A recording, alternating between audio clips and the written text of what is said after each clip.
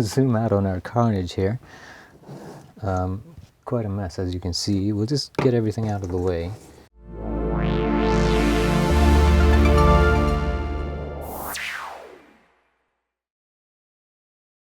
Welcome. It's another Happy Meal Is. You may remember these ones from an extra and the trouble we had getting into them and trying to get them to work again. This one's looking a little beat up. He got broken in the scuffle. This one escaped with just minor lacerations. We just had to cut a little glue point in there. So this one came to me today. It came from the reuse center. So there are a few still out there and intact. The batteries are long since gone. Nothing at all. We are going to have to take the triangle head screws out as before and cut just down this side. Turns out we didn't need to do both sides like last time. We'll take the Dremel to that and see what we can do without damaging it too much. Now there's no guarantee that the circuit board will work. The ones in these, this was the only one I could get a little bit of audio out of. It was not happy though, and it died soon after. I think I would too if I was cut open like that, but anyway. So we know the drill. We have to take this to the workbench and we'll be right back. All right, here we are. Here's our little friend, ready for surgery. Dremel here, let's just set that up real quick. All right, wish me luck here. I have my eye protection and ear protection.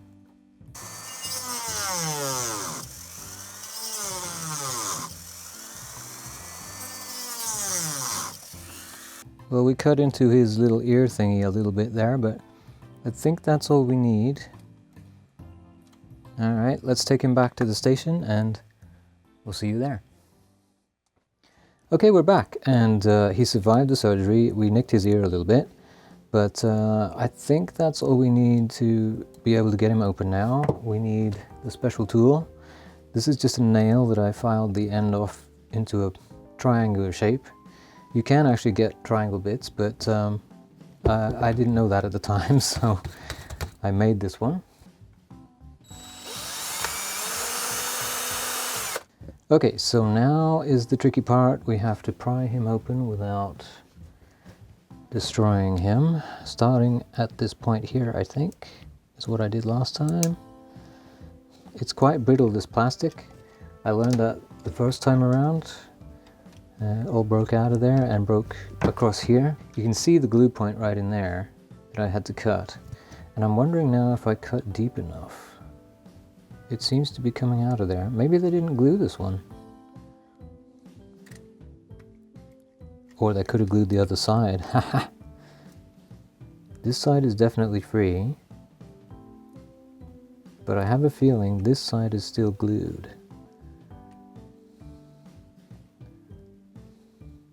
Okay, I am going to go back to the Dremel and be right back. Well, they just had to make it difficult for me. They glued on the other side this time. Aha! We are in.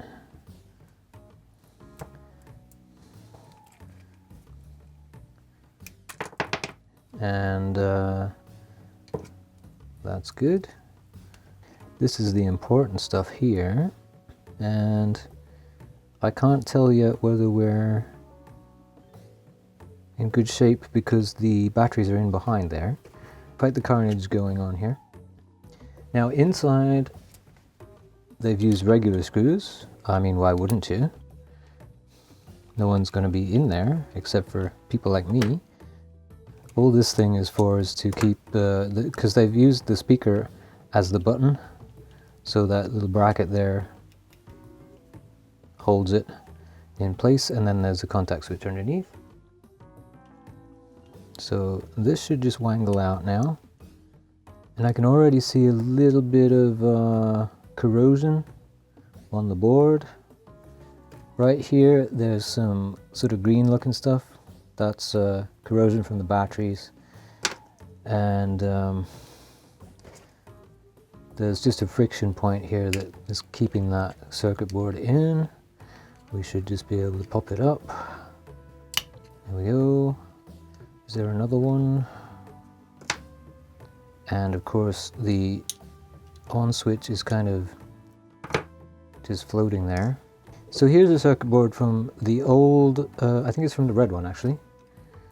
And as you can see here, there's a space, the two traces, and then there's a space in the middle. The other switch had contacts, and it would be one would be off, or they would both be on, the traces, like that. Whereas this one, they've put a separate switch altogether, which will make our job easier, because if it is still working, I won't need to monkey wrench it. In other words, they've soldered it there. The main problem, of course, is the battery. The batteries have leaked. Here they are inside. Still, let's get them out, shall we?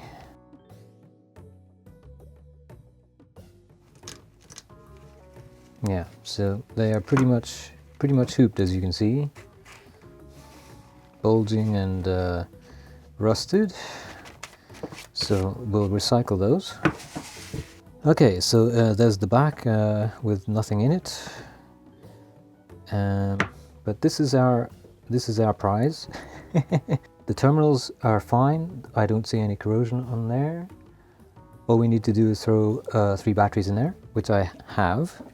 Okay, so I have these 312s. They're a little skinnier than what is actually called for, but the ones that were called for were quite expensive and weren't worth getting 3 of them. That's something like I think it was $7 or $8 a piece. That's better. Now we have a nice clean space for Mr. Foam to hang out. Now it's important that I get this right, because if I do get some action from this, it may self-destruct. Okay, moment of truth, people.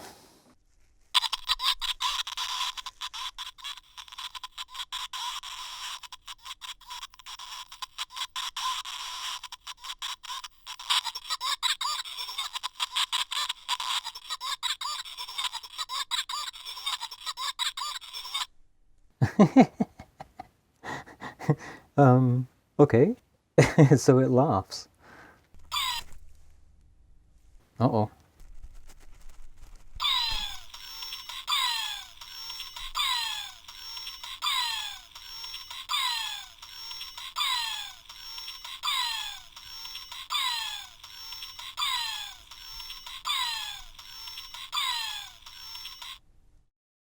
I'm going to have to get the microphone closer to the action here. If I turn the light off, and maybe this one, we should be able to see the LED light up.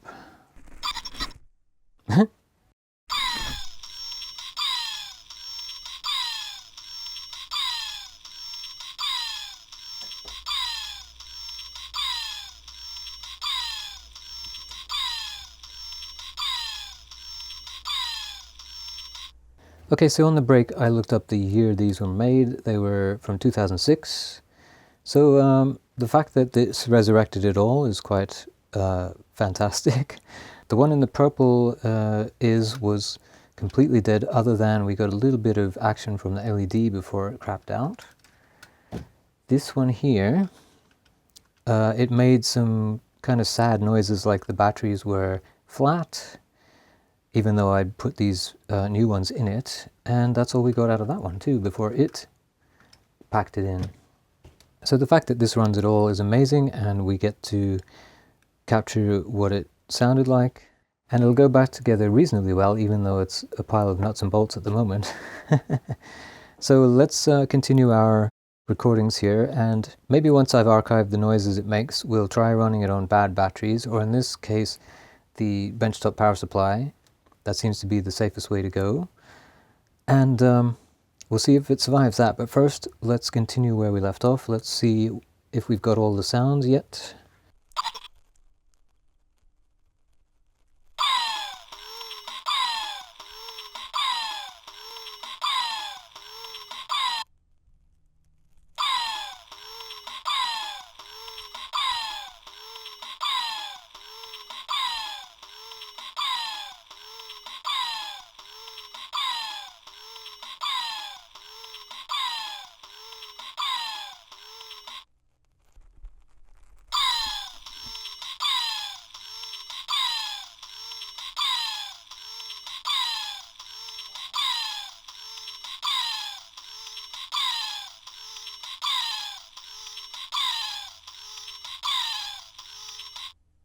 sounds to me like it's running out of batteries already.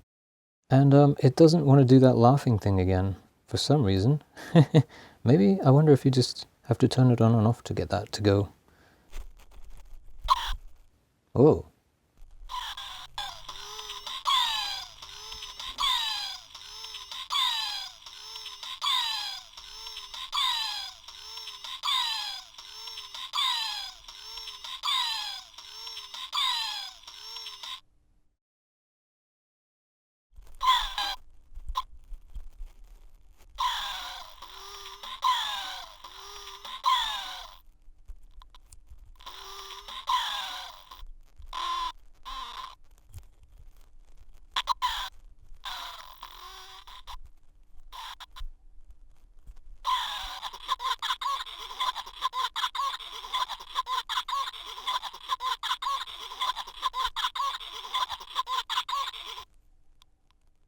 Okay.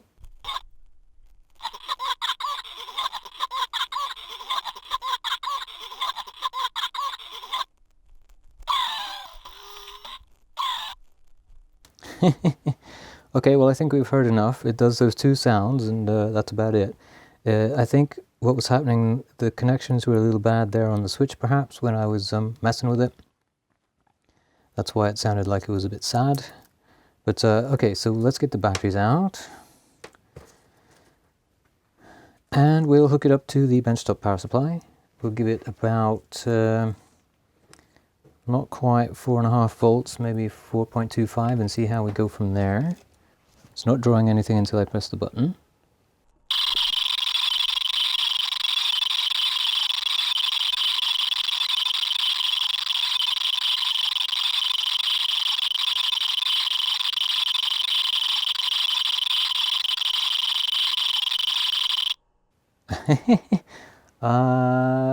Interesting. I'm not sure that we're giving it enough amperage.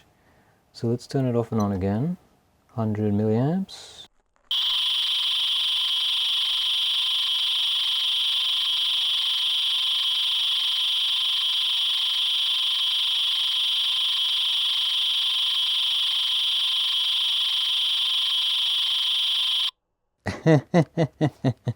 Maybe that's too much. Ooh, wow, look at that.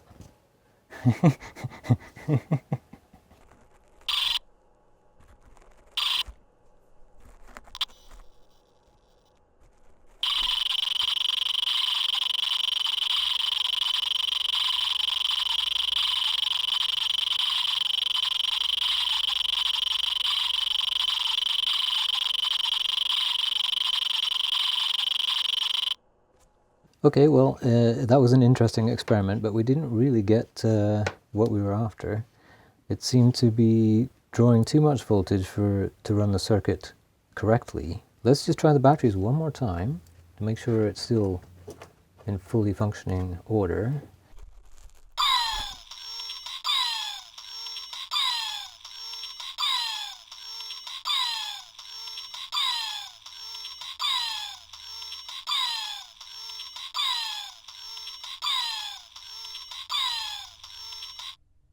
Yeah, well, we have functionality. Okay, so let's see if we can get this back together. Maybe I'll have one working one out of the three, at least for a short period of time until the batteries go flat again.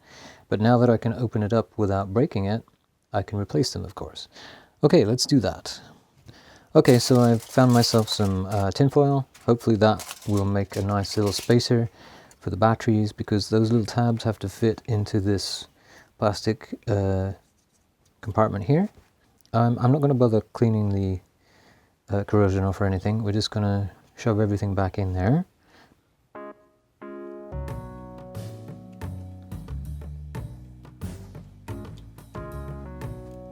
Aha, there we go.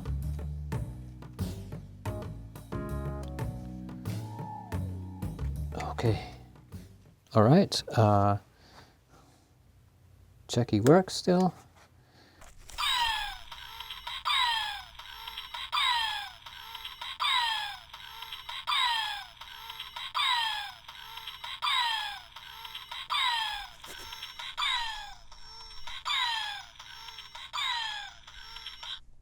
I don't see if the LED is doing anything, but it was pretty dull to begin with. So there you go, a happy ending to the Is saga. We have one that works, and two that don't, but are still in reasonably presentable shape. I will glue this one back together when I get time, but for now it's just gonna have the battle scars, and this one, like this one here, will have these little cuts in the side, but it's relatively intact, and this one is intact and working for the moment. If I run into any more of these, I'll be sure to pick them up and try and get them up and running again, or at the very least hear what they used to sound like, because like I say, these are from 2006. They came in Happy Meal packages, and there were about, I think, 16 of them, different ones that did different things and had different sounds in.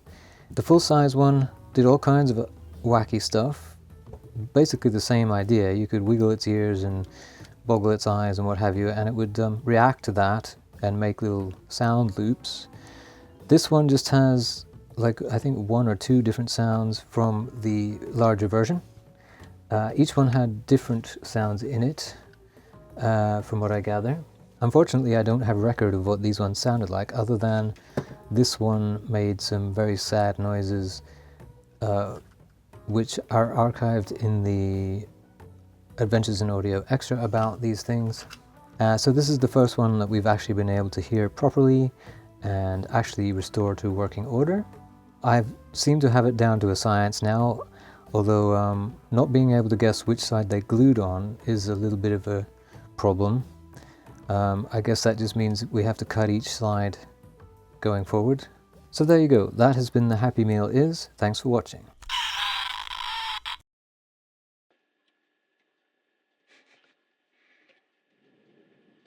Student.